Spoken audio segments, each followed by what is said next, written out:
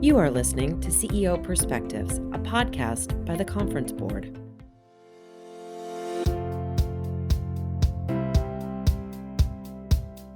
Welcome to this episode of CEO Perspectives, a signature podcast series by the Conference Board. CEO Perspectives are conversations that take an objective, nonpartisan look at a range of timely topics that matter most to business leaders. To help make sense of these topics and how they'll unfold, we'll sit down with thought leaders and do what we do best at the Conference Board, provide trusted insights for what's ahead. I'm Steve Odland, the CEO of the Conference Board and the host of this podcast series, and today's conversation will focus on growth. Why is now the right time for CEOs to focus on growth? In what ways did the pandemic trigger progress? What disruptions are creating new growth opportunities, and how can CEOs be ready for what's next? I'm very pleased to have joining me today Asutosh Padhi, the managing partner for McKinsey & Company in North America, and he recently published a very interesting article on how CEOs can think about shaping growth in the year ahead. It explores what he calls the key growth jolts. I love that word, jolts, and offers several tests that leaders can consider to ensure that they're ready. Asutosh, welcome to the podcast. Steve, thank you for having me. Great to be here. So Asutosh, you talk in the paper about responding to COVID-19's massive productivity accelerants and the disruptions underway. Big words. What are accelerants and disruptions, and how does COVID have anything to do with that? Thank you, Steve. First and foremost, obviously, the COVID pandemic has been a humanitarian crisis of proportions that none of us have all seen in our lifetimes. Out of every pandemic, there is born an opportunity to be able to reimagine business and human society. And the COVID pandemic is no different in that respect. It will likely be the single biggest accelerant we will see in our lifetimes. We pick on a few things. If you look at e-commerce expanded by the scale of 10 years of growth into the matter of months. Digitization and automation, which companies have been working on for the prior decade, really accelerated from employee collaboration to also to include customer channels to supply chains. We saw a rapid shift to remote and hybrid work for occupations, and that opened the door for reimagining what talent and the future of the workplace looked like.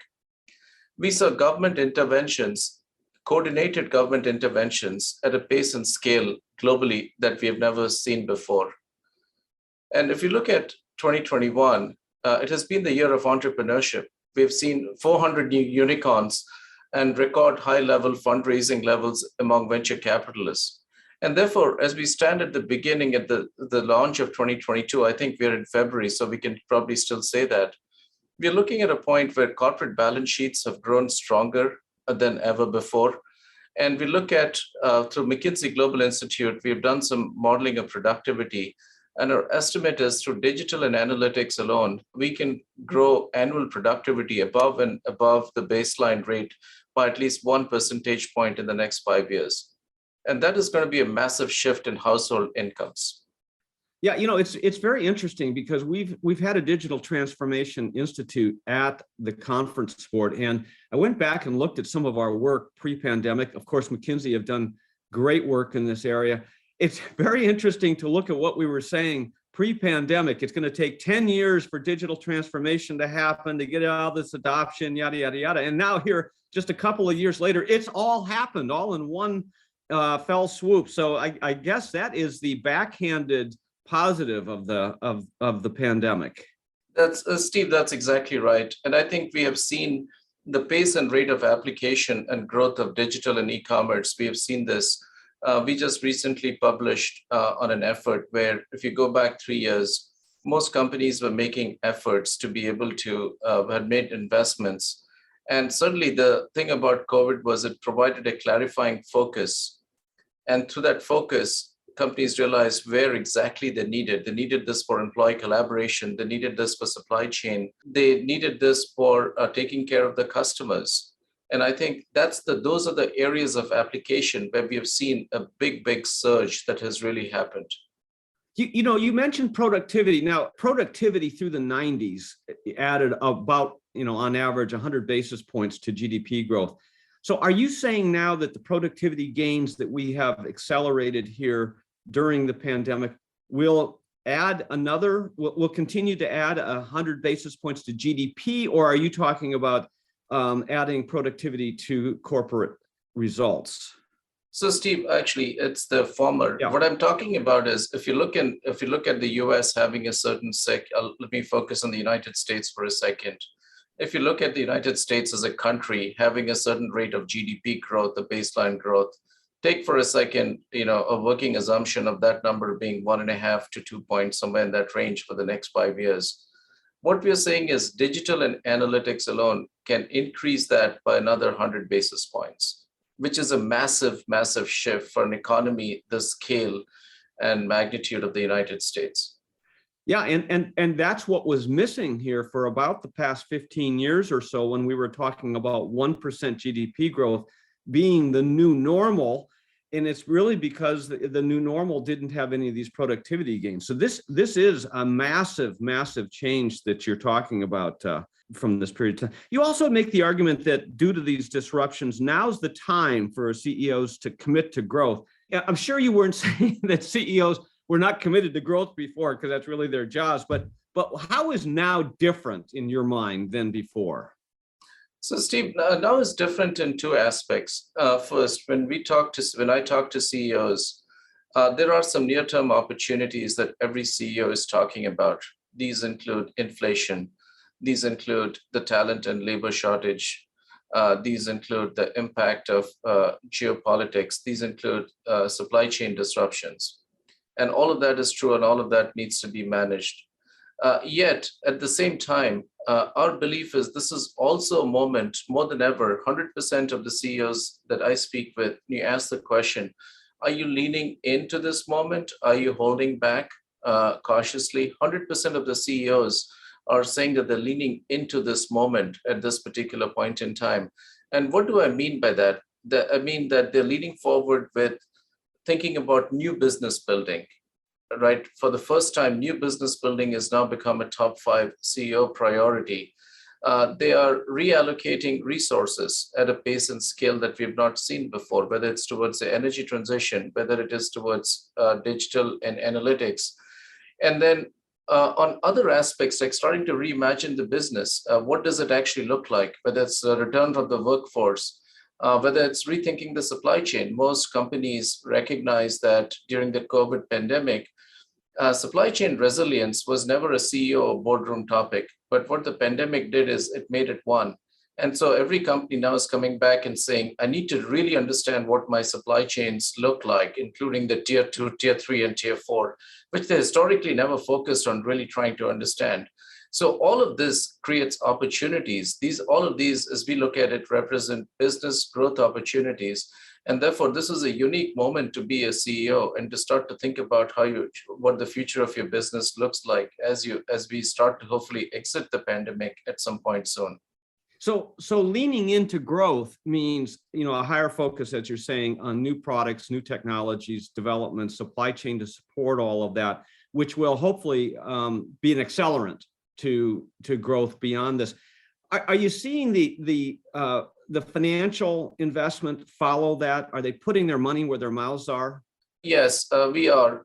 In fact, we argue that we are starting to see a more resource reallocation happen. I think it's a combination of two things. One is most companies, for most corporations, last year was actually a year of near record profits. So they're actually in a very strong financial position. But also, I think the thing that's really interesting is how much these disruptions have created an awareness, both with the CEOs and the boardrooms. And I think the boards, we're starting to see boards increasingly lean in around the topic of resource reallocation. Are you leaning into this moment to get to the future faster or not?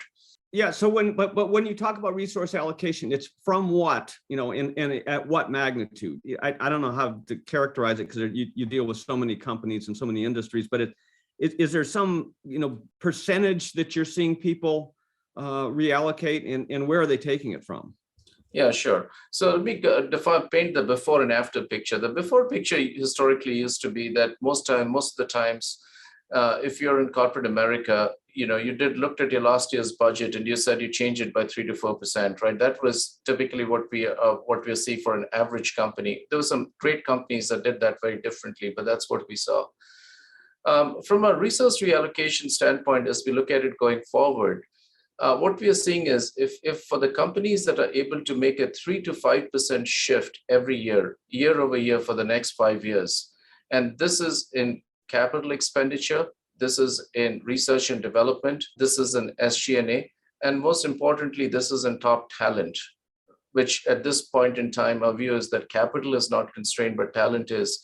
For companies that are being able to move the top talent around, over the next 5 years, that's going to come back and pay significant dividends. So the 3 to 5% a year number, but consistently in the direction of the forward-looking strategy, which means over a 5-year period, that's a very significant shift.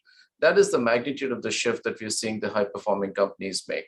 Yeah, this is really interesting and really important for every business leader to be focused on. We've talked about the opportunities and the disruptions that have driven and continue to drive growth for companies following the pandemic. Next, we're going to talk about the third potential growth jolt and how leaders can successfully navigate it. We're going to take a short break, be right back with more of my conversation with Asutosh. Interested in this content?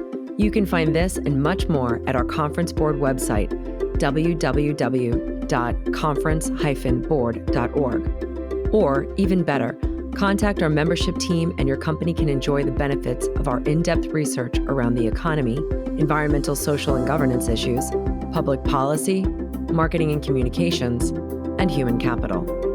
As a member of the Conference Board, you will be able to have full access to all of our cutting-edge research, leading indicators, benchmarking, and data services, in addition to webcasts and podcasts such as the one you are enjoying now.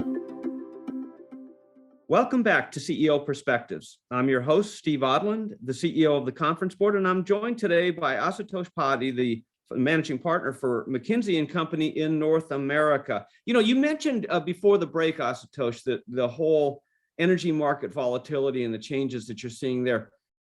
I don't know of any company today and any CEO that I've talked to that hasn't talked about energy, and that goes well beyond the energy sector. Just build a little bit on what you were saying and how energy is impacting companies in every sector. So, Steve, the energy transition shift is going to be probably, again, the biggest shift in resource reallocation that we will likely see over our lifetimes. Our McKinsey colleagues recently published a report around what it is going to take to enable the net zero transition. And it's a complicated and a messy transition, right? Because it has impact on people. 200 million people could likely lose their jobs, but 200 million new jobs will get created. There is new technologies. There is regulatory uncertainty around this. There is global coordination that's required across different governments that isn't quite in place today. But what is now clear is that the private sector is now moving.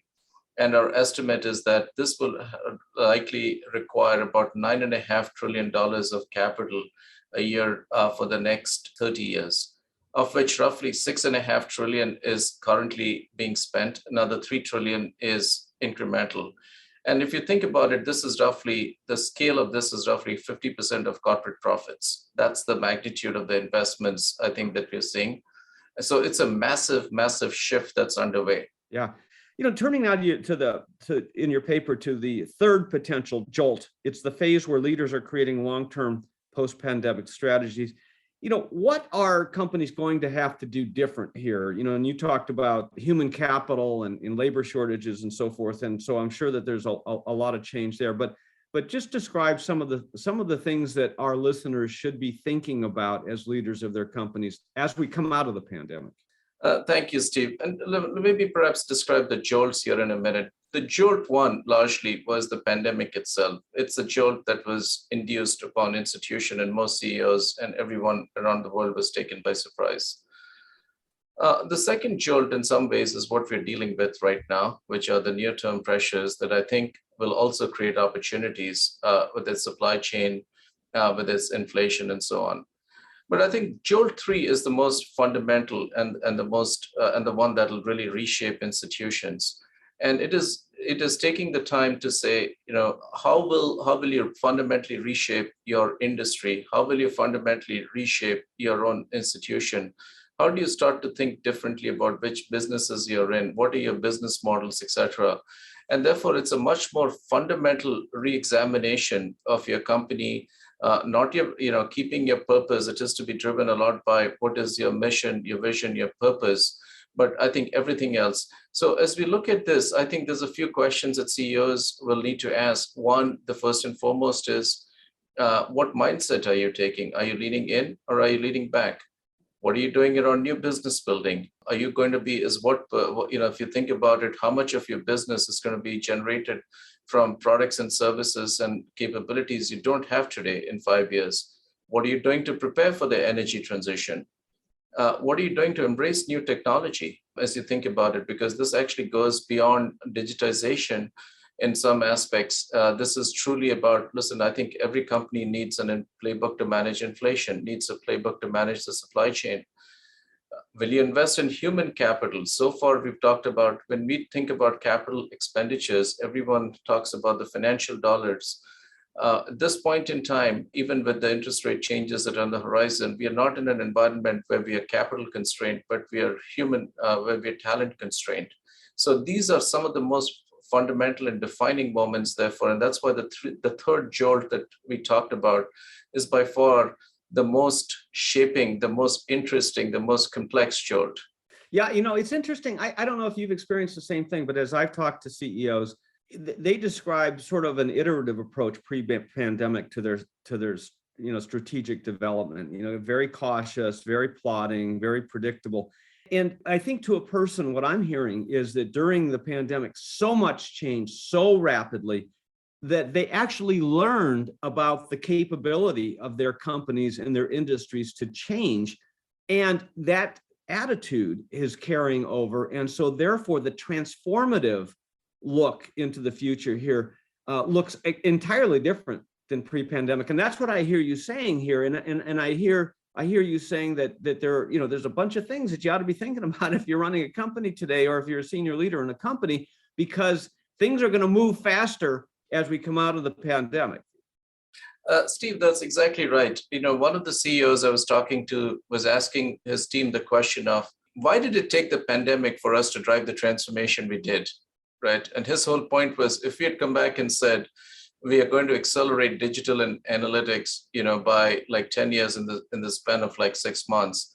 If we came back and said we could manage our own business completely differently, right? You all would have likely have said no, but it took the pandemic to do it. And why did it require the pandemic for us?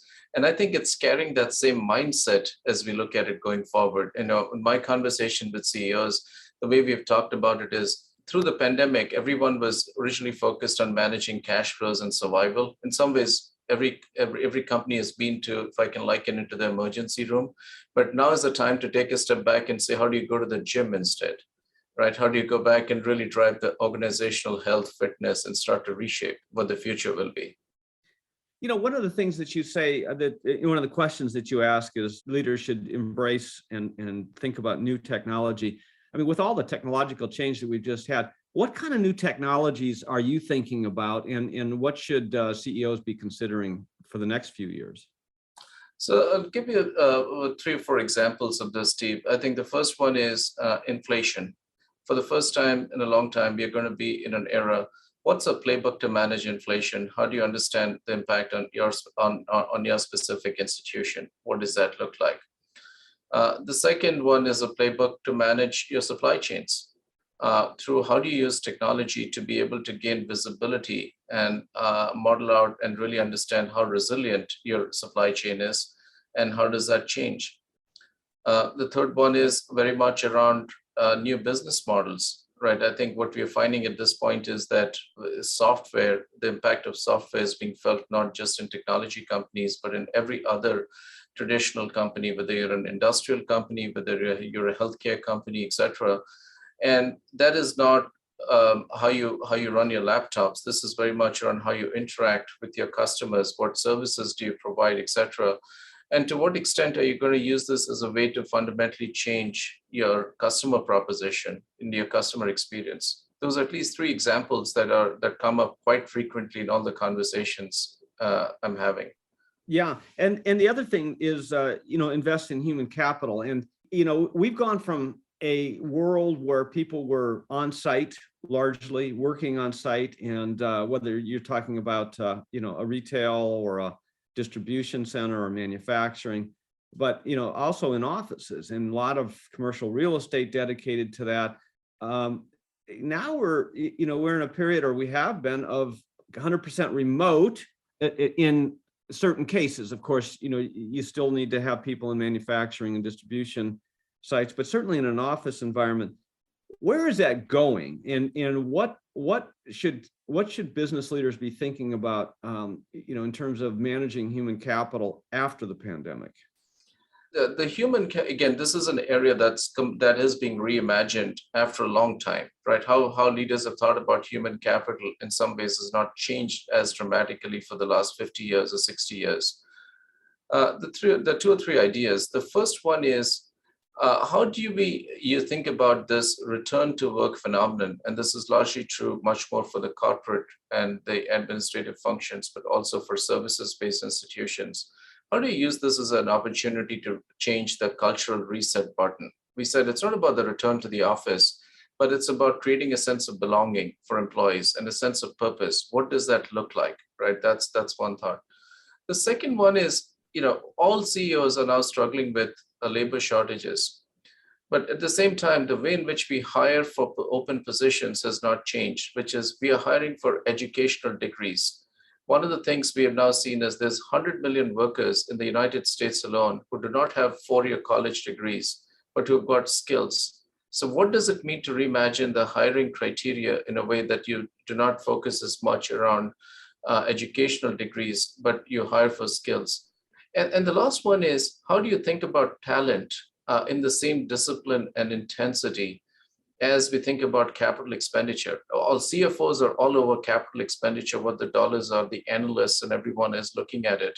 And there's a certain degree of scrutiny, but we don't have that same degree of scrutiny on human capital. The human capital is much more scarce and much more important at this point. What does that reimagination look like? Yeah, and if you take a few of these themes that you've mentioned, in terms of productivity, in terms of technology, and in terms of labor shortages, human capital shortages, skill set shortages, that really comes together here right now, because there is an urgency that we've never had before, or at least not in recent history. And so the labor shortages, skill set shortages are forcing the technological changes, because you're having to automate, because you just simply can't get the people. You're having to disaggregate your workforce and have a distributed workforce. You're having to invest in technology that allows collaboration, innovation, and everything that happened in informal processes in an environment before. What an exciting period of time. And so you can't think of any one of these as being in a silo, because they're all interactive, aren't they? Absolutely, Steve. And I agree with your with this. This is part of the fundamental premise here about this whole conversation that we are having. That this is generationally one of the most opportunity-rich environments we are in right now, right? As we exit from the pandemic. And I think it is exactly what you said, which is the confluence of like many different forces. It's not one thing. It's not just digital and analytics. It's not just supply chain. It's not just talent. It's not just capital. It's all of those that are combining together. And therefore, the question is much more is much more around what is the ambition level that you want to commit to? What is the pace at which you can actually move? Right. When once again would highlight that it's less around the capital. I think there's a lot of capital that's going around. It's much more around the talent and the ambition right now. But I think you're exactly right in terms of how you characterize the moment.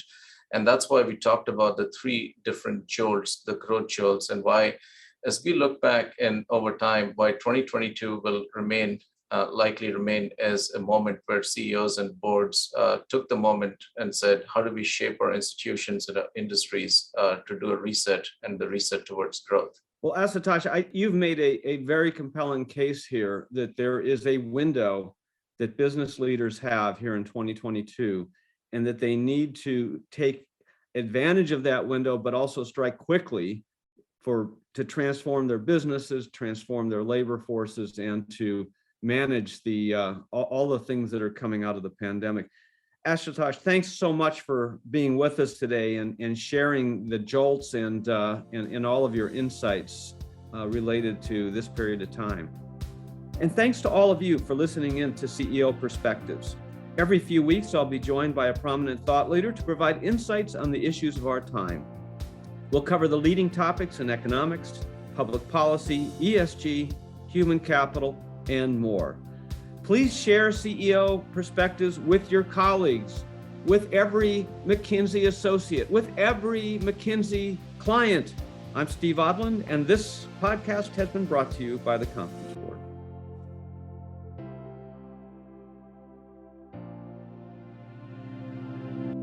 You have been listening to CEO Perspectives, a podcast by the Conference Board.